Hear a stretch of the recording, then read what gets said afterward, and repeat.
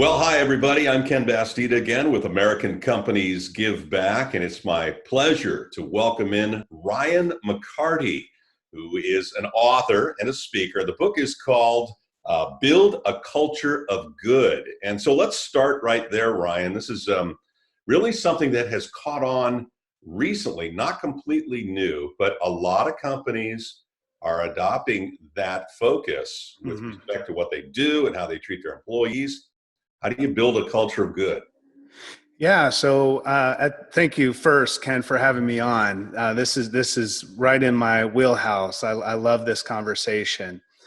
So building a culture of good really is something that we've been doing for 7 years, and found that in doing so, what it really took was real courageous leadership to step in and say, not just what do we do as a business, but why are we doing it? Building a culture of good, one city at a time. And the why becomes really the central kind of force that everyone connects to, your employees, your customers, and the community in terms of doing good, giving back, being very purposeful, driven. And what we like to say is giving your employees permission to bring their soul to work every day. Is this a profitable way to run a company? The first rule of business, as you know, Ken, is to stay in business. Because if you don't stay in business, there are no other rules, right? But I would say the second part of that first rule is not only to stay in business, but to know why you're in business in the first place. And I like to call that purposability, which is purpose plus profitability. It's where we have this, virtuous circle of success, where your employees are doing good and giving back. And because of that, it drives the business toward greater success. And in driving the business toward greater success, you can actually do more good. Institutionalizing the culture of good is the way to run a business fundamentally. The culture of good is so nice and so teachable. It's the way people should act and behave every single day. It puts an org together that makes it make sense and ends up paying for itself, maybe even make more money. Does it, facilitate a consumer choice that's somewhere down this path? With the service, with the products, if it's a phone, if it's a car, there's more variables than just simply purpose, but purpose becomes a variable when it becomes part of the overall workplace culture that people are expecting. And that has a completely different narrative in this world where most companies are just simply trying to fight for that next customer. In this way, we were saying, we're going to still fight for that next customer, but we're also going to fight for the communities where we do business. When you're building a brand, there has to be some voice behind the brand. It just can't be, oh, that's a cool product and that's it. You need to have repeat customers, you have to be able to speak to them beyond just a product. I've worked at places, and I'm sure you have too, where people can't wait to get till Friday, just so they can have a couple days off and get the heck away from this place. Right.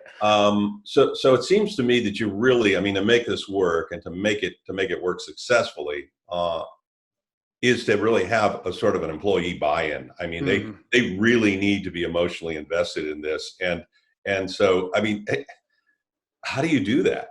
I love what you say about the emotional connection, because when we build a culture of good, what we're first looking for is a cause or a purpose that aligns with the strategic intent or the core competency of the company, but also aligns with the passions of the employees and customers. See, so that's where that emotional connection is. Anything that we do in business that we do half-heartedly or every once in a while isn't taken serious. When we prioritize doing good and embed that into the very culture of what we do, why we do it, and who we are, over time, employees see that this is what I'm a part of. I'm part of something bigger, and it gives me a sense of pride. It's something I can talk about when I go home to my kids. It is so important to have the connection between employees and communities because they live there. They have children there. They possibly could have grown up there. So when we are giving back to those communities, we are touching different parts of their lives. So it's just very important to make sure that we are tapping into what our employees are passionate about so we can get to those organizations and use their passions to support them. The companies that have money and are making money can really benefit by adopting a relationship with nonprofits and sort of facilitate that whole concept even further, I would guess. This makes complete sense, where the nonprofit and for-profit begin to work together. But I think where the secret is that alignment. Does that nonprofit and what they do and how they give back, how does that align with the core competency of what we do as a business? And that's where it gets really interesting, because if we can find that alignment, then it starts to make complete sense as to why this company is giving back and partnering with that local nonprofit. Hey, let's go out and find a nonprofit that we can partner with. But what do we do as a business, and how can that align with good in the world? How can we make a difference through what we do already? How do you prove that this works? And to the cynic, all you're interested in is stock price and making sure there's a bottom line that continues to grow. How do we convince that person? Certainly, this is a different way of doing business, but it is the way that we've always done business, which is what's the best way to do business? And this is the best way to do business. The ROI is there, but also the VOI, the value on investment. What value can you bring to your company, to your employees, your customers by doing this good? And really, again, it's finding the soul of your company, the soul of your business, and sharing that with the world. And when you do that long term, that's when the skepticism starts to fade.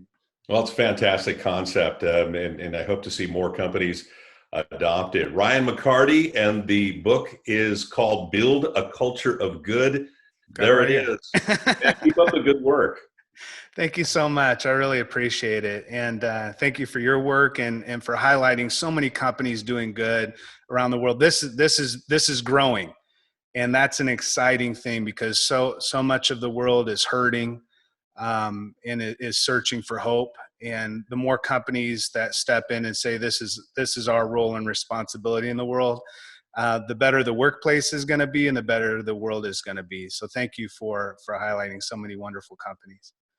I want to thank our guest this time around, Ryan McCarty, the author of Build a Culture of Good. If you saw something you liked, let us know about it. You can contact us at baysideentertainment.com and click on the contact links. And for American Companies Give Back, I'm Ken Bastida, and we'll see you next time.